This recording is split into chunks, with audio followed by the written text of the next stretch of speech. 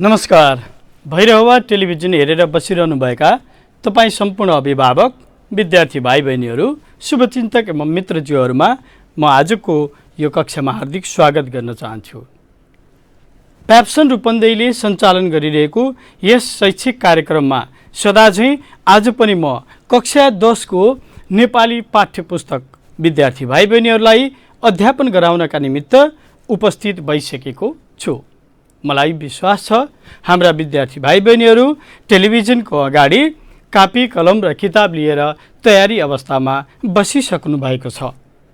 अब म विलम्ब नगरी आजको पाठ्यवस्तुलाई यहाँहरू समक्ष प्रस्तुत गर्न चाहन्छु। विद्यार्थी भाइ बहिनीहरू, सदाझैँ आज पनि हामी हिजोको कक्षालाई थोरै स्मरण गर्नेछौँ। पहिला त्यसपछि आजको हाम्रो मुख्य विषयवस्तु भनेको विवेचनात्मक उत्तर लेखन हुनेछ। एउटा विवेचनात्मक उत्तर कसरी लेखिने, कति लेखिने, कस्तो हुनुपर्ने आदि विषयमा चर्चा परिचर्चा गर्नेछौँ।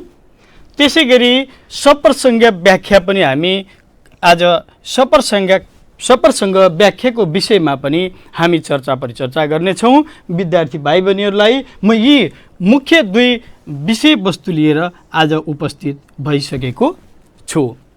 विद्यार्थी भाइ बहिनीहरू, हिजोको कक्षामा हामीले छोटो उत्तर कसरी लेख्ने, त्यसै गरी संक्षिप्त उत्तर कसरी लेख्ने, यी दुई मुख्य विषयमा आधारित रहेर हिजोको कक्षा हामीले सम्पन्न गरेका थियौँ। विद्यार्थी भाइ बहिनीहरू, पक्कै पनि मैले यहाँहरूलाई संक्षिप्त उत्तरका निमित्त घरमा गृह कार्य गर्नुहोला भनेको थिएँ। यहाँहरूले पुरा गर्नुभएको छ हैन? किताबबाट तपाईँको नेपाली किताब पाठ 1 बाट मैले प्रश्न नम्बर 14 को यी 5 वटा प्रश्न मैले तपाईँहरूलाई दिएको थिएँ। यहाँहरूले इमानदारीपूर्वक पुरा गर्नुभएको छ भन्ने कुरा मलाई विश्वास छ, म विश्वस्त छु। अब त्यसपछि हामी विवेचनात्मक उत्तरतर्फ लागौँ है त। विवेचनात्मक उत्तर छोटो उत्तर त्यसै गरी संक्षिप्त उत्तरभन्दा पक्कै पनि भिन्न छ, फरक छ, केही जटिल पनि अवश्य होला। यी दुई प्रश्न जस्तो सजिलो पक्कै पनि छैन। छोटो उत्तरमा हामीले कथांश या निबन्धांश या नाट्यांश या कवितांशबाट त्यहाँको अंशलाई हेरेर त्यसलाई आधार बनाएर हामीले पाठलाई स्मरण गर्थ्यौँ र त्यसैसँग सम्बन्धित रहेर हामीले उत्तर लेख्थ्यौँ भने अब विवेचनात्मक उत्तर पक्कै पनि यी दुई प्रश्नभन्दा फरक छन्। त्यसैले विद्यार्थी भाइ बहिनीहरू ध्यान दिएर आजको कक्षामा यहाँहरूले अध्ययन गर्नुहुन म अनुरोध गर्दछु। किनभने विद्यार्थी भाइ बहिनीहरूले परीक्षामा विशेष गरी अन्य प्रश्नहरू, छोटा प्रश्नहरू, व्याकरणहरू पुरा गर्ने, तर विवेचनात्मक उत्तरमा त्यसै गरी सप्रसङ्ग व्याख्यामा अलि हेलचेक्राइ गर्ने, त अलि पुरा नगरेको, त्यो नजाने जस्तो गरेको हामीले अनुभव गरिरहेका छौँ। त्यो विशेष गरी त्यो खासमा के हो भने विद्यार्थी भाइ बहिनीहरू, वनको बाघले खाओस् कि नखाओस्, मनको बाघले खान्छ भने जस्तै पहिले डराउने हाम्रो प्रवृत्ति छ। थाहा छ नि, सुन्नुभएको छ नि हजुरहरूले यो कुरा कि वनको बाघले खाओस् कि नखाओस्, मनको बाघले खाइहाल्छ, मन पहिले डराइहाल्छ। ओहो, विवेचनात्मक उत्तर, लामो उत्तर, कति लेख्ने, के लेख्ने, यो त जानिन्न। यत्तिकै धेरै विद्यार्थीहरूले छोड्ने गरेको हामीले पाउने गरेका छौँ। एउटा उदाहरण मैले यसमा अझै थप उदाहरण पेश गर्न चाहन्छु।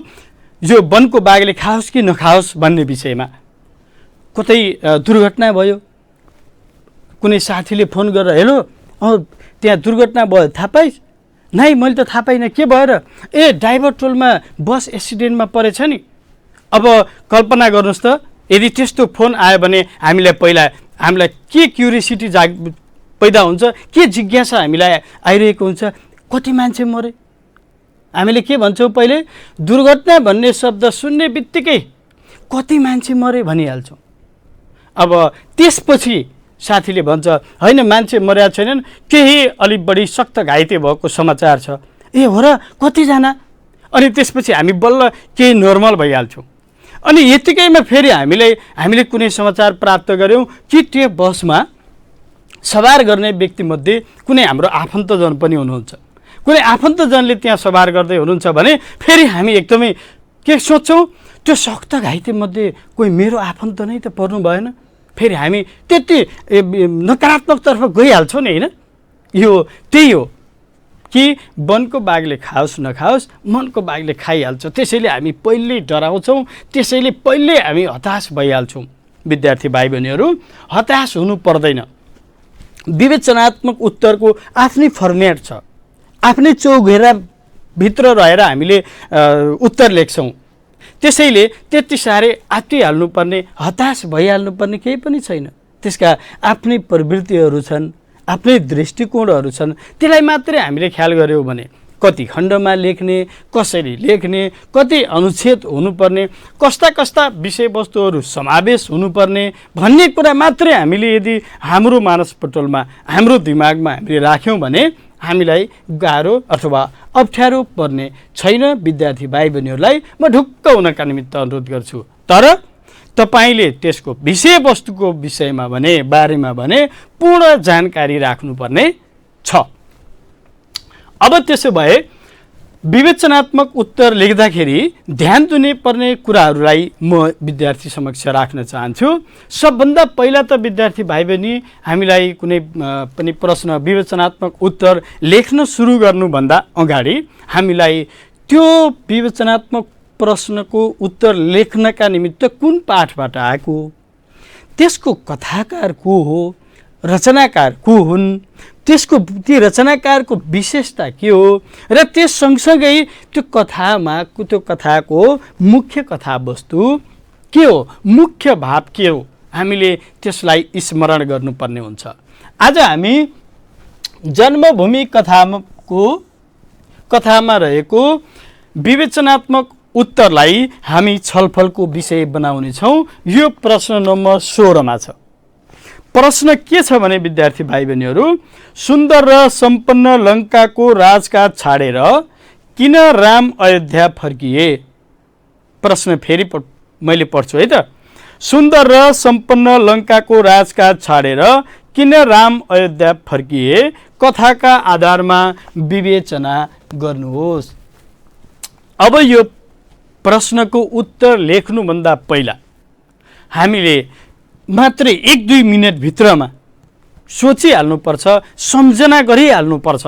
किनभने हामी एकपछि अर्को प्रश्न गर्दै गइरहेका छौँ, हामीले एकपछि अर्को प्रश्नको उत्तर लेख्दै गइरहेका छौँ। त्यसैले विवेचनात्मक उत्तर लेख्नुभन्दा पहिला 1 मिनट हजुरहरू धैर्य धारण गर्नुपर्छ र शान्त भएर शान्त स्वभावमा एकछिन सोच्नुपर्छ, सम्झिनुपर्छ। के सम्झिनुपर्छ? कि त्यो कथाको मुख्य भाव के हो, त्यो कथामा के घटना परिघटनाहरू भएका छन्, त्यसलाई हामीले सम्झिनुपर्छ। अब त्यसो भए हामी अब जन्मभूमि कथालाई एकचोटि सरसर्ती सम्झ्यौँ त। तपाईहरू पनि सम्झिनुहोस् त, मैले थोरै सम्झाउन चाहन्छु यहाँहरूलाई। जन्मभूमि कथा प्राध्यापक डाक्टर सुधा त्रिपाठी र उनका सहयोगी, यो पाठ्यपुस्तकको लेखनमा सहयोग गर्ने अन्य यी 3 जना पात्रहरू रहेर यो कथा तयार पारिएको छ। यो पाठ्यपुस्तक तयार पारिएको छ। यो सम्पादन मण्डलले सम्पादित गरेको कथा हो। केमा आधारित? पौराणिक ग्रन्थ रामायणमा आधारित जन्मभूमि कथा। यी 3 जना पात्रहरूले यो पाठ्यपुस्तकलाई सम्पादन गरेका हुन्। त्यो कुरा थोरै हामीले सम्झ्यौँ। प्राध्यापक डाक्टर सुधा त्रिपाठी र उहाँका सहयोगी टिम, हामीले यति सम्झ्यौँ भने पनि पुग्नेछ। उहाँहरूले तयार गरेको केमा आधारित कथा हो? यो पौराणिक ग्रन्थ रामायणमा आधारित जन्मभूमि कथाबाट यो प्रश्न आएको छ। त्यसो भए जन्मभूमि कथाका घटना परिघटनाहरू, त्यसै गरी त्यहाँ प्रयोग भएका पात्रहरू के हुन् त? अब एकचोटि सरसर्ती पहिला पात्रहरू ख्याल गरौँ है। त्यहाँ रामचन्द्र हुनुहुन्छ, लक्ष्मण हुनुहुन्छ, विभीषण हुनुहुन्छ, अनि को हुनुहुन्छ हो सुग्रीव हुनुहुन्छ, त्यसै गरी पवनपुत्र हनुमान हुनुहुन्छ, अनि वानरका फौज। यी मुख्य पात्रहरू यो कथामा हामीले देख्न सक्छौँ। यी मुख्य पात्रहरू यो कथामा प्रयोग भएका छन्। यी मुख्य पात्रहरूले यहाँ यो कथालाई अगाडि बढाएको अथवा पूर्णता दिएको हामी देख्न सक्छौँ। अब त्यसो भए घटना के भयो? घटना परिघटना एकपटक सम्झिनुहोस् त कि लङ्कामा युद्ध भएको थियो। त्यो युद्धमा रावणले पराजित हुनु परेको थियो र आफ्नो इहलीला पनि समाप्त गर्नु परेको थियो। त्यसपछि यता रामले युद्ध जितेका थिए। आजको मितिमा त्यहाँ कोही पनि राजा थिएन।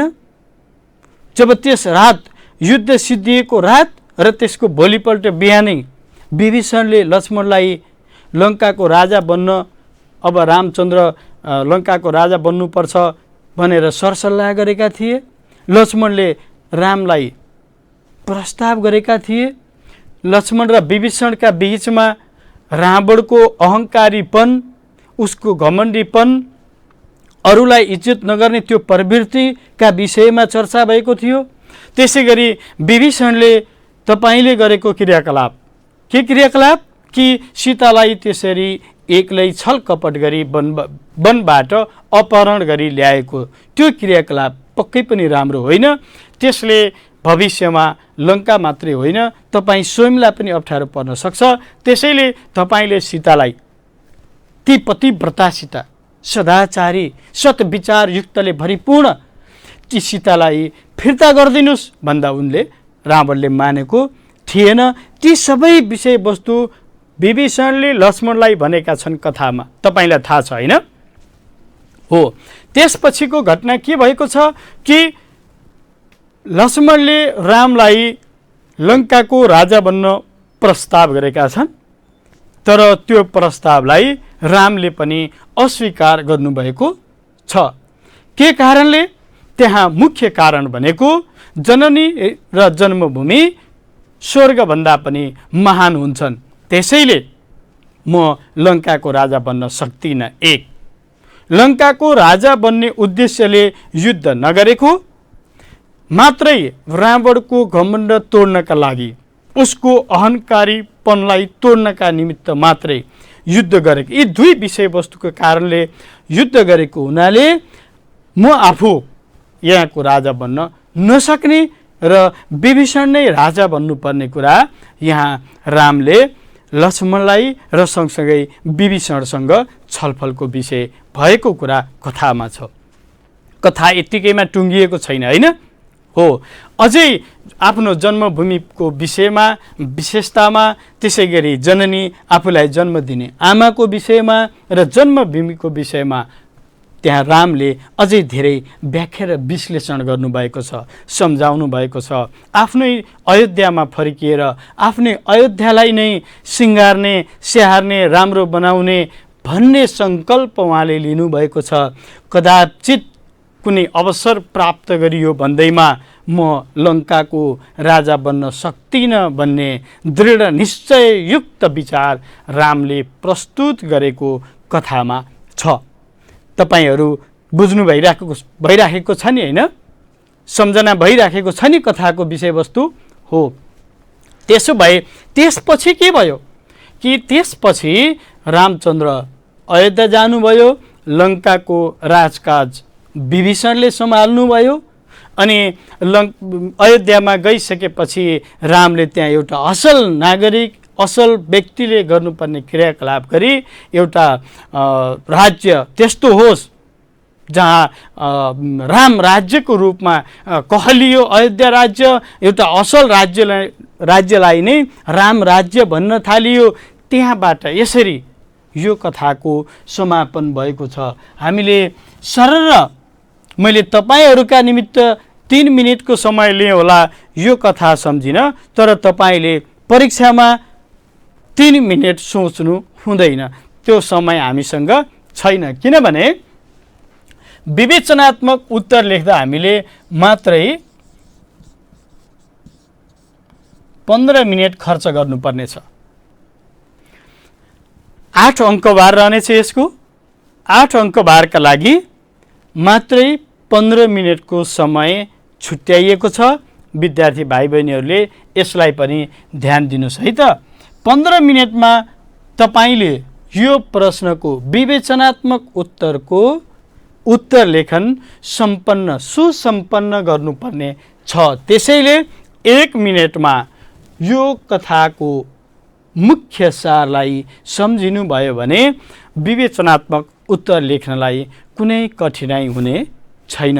हामीले यो कथाको मुख्य विषयवस्तु, मुख्य भाव सम्झना गरिसक्यौँ नि, होइन? अब त्यसो भए हामी यो विवेचनात्मक उत्तर कसरी लेख्ने भन्ने कुरातर्फ प्रवेश गर्न चाहन्छौँ। विवेचनात्मक उत्तर भन्ने बित्तिकै विवेचना गर्ने, व्याख्या विश्लेषण गर्ने, लामो उत्तर लेख्ने, अन्य छोटाभन्दा यसको उत्तर लामो हुनुपर्ने। त्यसै गरी मुख्य रूपमा 3 वटा अनुच्छेद हुनै पर्ने। हामी 4, 5 अथवा 6 वटा अनुच्छेदसम्म पनि लेख्न सक्छौँ। तर परिचय खण्ड र निष्कर्ष खण्ड, परिचय खण्ड यो पहिलो अनुच्छेदमा रहनेछ र निष्कर्ष खण्ड अन्तिम अनुच्छेदमा हुनुपर्नेछ। यी दुई बीचमा रहेर विश्लेषण खण्डलाई, विश्लेषण, व्याख्या विश्लेषण, घटना परिघटना, के भयो कसो भयो, यी सबै कुराहरू हामीले विश्लेषण खण्डमा लेख्नेछौँ। त्यसैले 4, 5 अनुच्छेद हुँदा पनि फरक पर्ने छैन। बुझ्नुभयो नि, होइन? हो। विवेचनात्मक उत्तरमा पहिलो अनुच्छेदमा परिचय खण्ड हुनुपर्ने छ। दोस्रो अथवा तेस्रो तपाईले बढाउन सक्नुहुन्छ, 2 वटा अनुच्छेदमा लेख्न सक्नुहुन्छ। विश्लेषण खण्ड रहनेछ र अन्तिम निष्कर्ष खण्ड रहनेछ। त्यसो भए परिचय खण्डमा के रहने त? परिचय खण्ड त्यो कथा अथवा निबन्ध अथवा कविताका लेखक रचयिता को हुन् त्यो पहिलो अनुच्छेदमा, परिचय खण्डमा, खण्डको पहिलो अनुच्छेदमा रहनेछ। र त्यसै गरी पाठको परिचय देखिराख्नु भएको छ नि, होइन? पाठको परिचय पहिलो खण्डमा हुनेछ। कुन पाठबाट लिएको छ त, कुन पाठ अन्तर्गत पर्दछ त? त्यसै गरी त्यहाँका मुख्य पात्रहरूको सामान्य परिचय प्रश्नको आधारमा, विवेचनात्मक प्रश्नको आधारमा पात्रको परिचय दिन सकिनेछ। र त्यसै गरी पहिलो खण्डकै परिचय खण्डमा या पहिलो अनुच्छेदमै कथाले दिने सन्देशको के सन्देश दिन खोजेको छ त्यो प्रश्नको आधारमा, है, प्रश्नको आधारमा कथाले दिने सन्देशको सङ्केत मात्रै हामीले पहिलो अनुच्छेदमा गर्नेछौँ। त्यसै गरी अब दोस्रो अनुच्छेद विश्लेषण खण्ड रहनेछ। विश्लेषण खण्डमा घटना परिघटनाहरूको वर्णन गरिनेछ, त्यसमा वर्णन गर्नुपर्नेछ। त्यसै गरी त्यो प्रश्न आउनुको अथवा उब्जिनुको कुनै सन्दर्भ हुन सक्छ। हामी अहिले प्रश्नको छलफलका क्रममा त्यो सन्दर्भ मैले यहाँहरूलाई बताउने छु। त्यो सन्दर्भलाई आधार मानेर कुन सन्दर्भमा त्यो प्रश्न उब्जिएको छ, कुन घटनामा आधारित रहेर त्यो प्रश्न उब्जिएको छ, त्यसलाई आधार मानेर समाजका वास्तविकता के हुन् त्यसलाई समेत हामीले स्पष्ट पारेर व्याख्या विश्लेषण गर्न सक्यौँ भने दोस्रो खण्ड अथवा भनौँ दोस्रो अनुच्छेद पनि हाम्रो पुरा हुनेछ। फेरि भनौँ मैले कि पहिलो अनुच्छेद आफैमा परिचय खण्ड मात्रै भएको हुनाले छोटो हुनेछ। दोस्रो अनुच्छेद विश्लेषण खण्ड भएको हुनाले हामीले त्यसमा सबै कुरा व्याख्या विश्लेषण त्यसैभित्र गर्नेछौँ, अवश्य पनि लामो हुनेछ। र निष्कर्ष खण्ड पनि छोटो हुनेछ। पहिलो परिचय खण्ड अथवा पहिलो अनुच्छेदभन्दा निष्कर्ष अझै छोटो हुनेछ। अब हामी निष्कर्ष खण्डमा जाउँ। निष्कर्ष खण्डमा के कस्ता विषयवस्तुहरू समेटिनु पर्छ त? हामीले निष्कर्ष खण्डमा यहाँ विश्लेषण खण्डमा गरिएको अथवा दोस्रो अनुच्छेदमा जे कुराहरू विश्लेषण गरेका छौँ त्यसको विश्लेषणको सामान्य मूल्याङ्कनको एउटा निष्कर्ष पनि त्यहाँ चाहिन्छ। त्यसै गरी त्यहाँ प्रयोग भएको भाषा शैलीको पनि त्यो कथामा त्यो सन्दर्भमा प्रयोग भएको भाषा शैलीका विषयमा पनि हामी थोरै त्यसमा चर्चा गर्नुपर्नेछ। र राय सल्लाह अथवा सुझाव पनि केही छन् भने हामीले निष्कर्ष खण्डमा लेख्न सक्नेछौँ। यो फ्रेममा रहेर यसमा आधारित रहेर यदि विद्यार्थी भाइ बहिनीहरूले उत्तर लेख्नुभयो भने पक्कै पनि अघि अप्ठ्यारो अथवा गाह्रो अथवा असजिलो भए जस्तो हुने छैन, यो सजिलो नै हुनेछ। बुझ्नु भएको छ नि, होइन?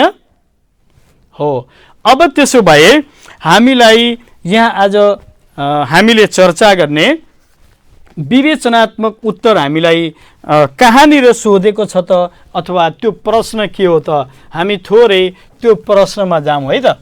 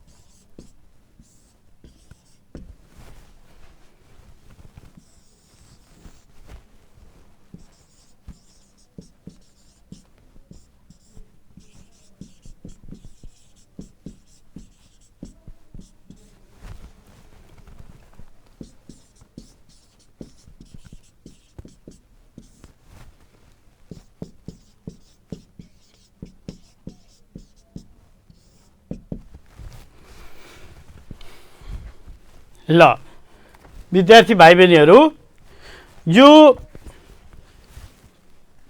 नेपाली पाठ्यपुस्तक पाठ 1 को 16 नम्बर प्रश्नमा हामीलाई यो प्रश्न सोधेको छ। सुन्दर र सम्पन्न लङ्काको राजकाज छाडेर किन राम अयोध्या फर्किए? कथाका आधारमा विवेचना गर्नुहोस्। यो विभिन्न वार्षिक परीक्षामा आइसकेको प्रश्न पनि हो है विद्यार्थी भाइ बहिनीहरू। तपाईले आफ्नो कापीमा महत्त्वपूर्ण प्रश्न भनेर लेख्न सक्नुहुन्छ। अब प्रश्नमा प्रवेश गरौँ है त। सुन्दर र सम्पन्न लङ्काको राजकाज छाडेर किन राम अयोध्या फर्किए? किन फर्किए? हामीले केही क्षण अगाडि पनि चर्चा गर्यौं कि जननी र जन्मभूमि स्वर्गभन्दा पनि महान हुन्छन्। पहिलो यसैमा आधारित रह्यौं भने, यसलाई हामीले बुझेका छौं भने अब यो प्रश्नको उत्तर लेख्न केही अप्ठ्यारो पर्ने छैन। सुन्दर र सम्पन्न त लङ्का छँदैछ। सुनै सुनको दरबार हो, हामीले सुनै सुनका घर छन् त्यहाँ बनिसकेका छौं, हैन? त्यहाँ सबै किसिमको सुख सम्पत्ति सबै पाइन्छ। त्यहाँ अभाव केही पनि छैन। सम्भावना बोकेको छ, हैन? यति हुँदा हुँदै पनि रामले अयोध्या नै फर्किने निर्णय लिए, किनकि राममा मातृभूमि प्रतिको अगाध माया, प्रेम, सद्भाव कति धेरै छ। त्यस कारणले गर्दाखेरि पनि रामले अयोध्या फर्किने निर्णय लिए। अब हामीले अघि चर्चा गरे अनुसार परिचय खण्डमा हामीले लेख्नुपर्ने लेखक परिचयको विषयमा यहाँ हामीले जन्मभूमि कथा प्राध्यापक डाक्टर सुधा त्रिपाठी लगायतको सम्पादन मण्डलबाट सम्पादित कथा हो। यसको हामीले पहिलो वाक्य नै लेख्न सक्छौँ। यस कथामा मातृभूमिको अगाध माया प्रेम र सद्भावलाई रामचन्द्रका मार्फत देखाउन खोजिएको छ। बुझ्नुभएको छ नि होइन? यसले यो कथाले दिन खोजेका सन्देशहरूको पनि ध्यान दिनुहोस् है। यदि यसरी हामीले विवेचनात्मक उत्तर लेख्न सुरु गऱ्यौँ भने यो फर्मेटमा रहेर हामीले विवेचनात्मक उत्तर लेख्यौँ भने पक्कै पनि राम्रो हुनेछ। यसको घटना परिघटनाहरू जन्मभूमिलाई अगाध माया प्रेम गर्नु, अब यो दुईटा कुरालाई जोड्नुपर्छ है। त्यहाँ भएको खास घटना के हो त कि रावण आफै वैभवशाली शक्तिशाली थियो, तर पनि उसको घमण्डका कारणले अहङ्कारीपनको कारणले गर्दा रावणले पराजय हुनु पर्यो र पराजय मात्रै होइन अवसान समेत हुनु पर्यो। उनको अन्त्य समेत भइसकेको छ। उनको इहलीला नै समाप्त हुनु पुग्यो। त्यसको कारण अरूलाई इज्जत नगर्नु, आफूलाई नै सर्वेसर्वा ठान्नु, एउटी सदाचारी सत्विचारी पतिव्रता नारीलाई छलकपटपूर्ण तरिकाबाट अपहरण गर्नु नै उनको मुख्य दोष थियो। त्यही दोषका कारणले उनको अन्त्य हुन गयो र अन्त्य भएको कारणले लङ्कामा राजा बन्न रामलाई प्रस्ताव गरियो। तर रामले आफ्नो जन्मभूमिप्रतिको अगाध माया प्रेम र सद्भाव व्यक्त गर्दै जन्मभूमिको महत्त्व दर्शाउँदै यहाँ अर्को हामीले रामका मार्फतबाट जन्मभूमिको महत्त्वलाई दर्शाइएको छ।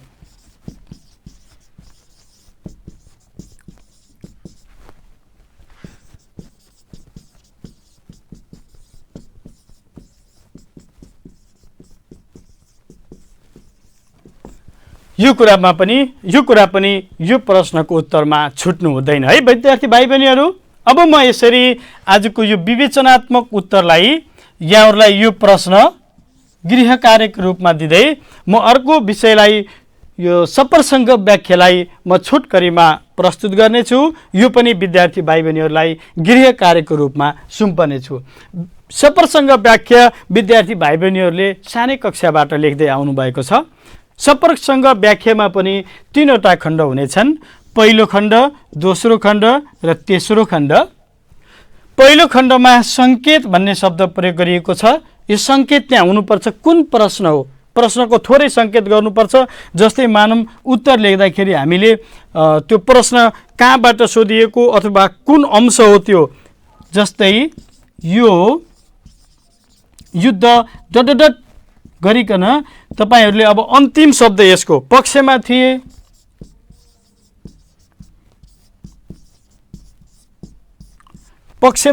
भनेर यसको अंश तपाईले लेख्नु पर्नेछ उत्तर सुरु गरिसकेपछि।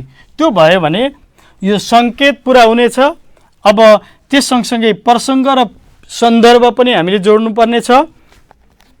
व्याख्या सप्रसङ्ग व्याख्या गर्दा विशेष ध्यान दिनुपर्ने कुरा के छ भने विद्यार्थी भाइ बहिनीहरू, यो गद्य हो कि पद्य हो, कथा निबन्ध आदिबाट लिएको छ भने यो गद्य हुनेछ र यसलाई गद्यांश भनिनेछ।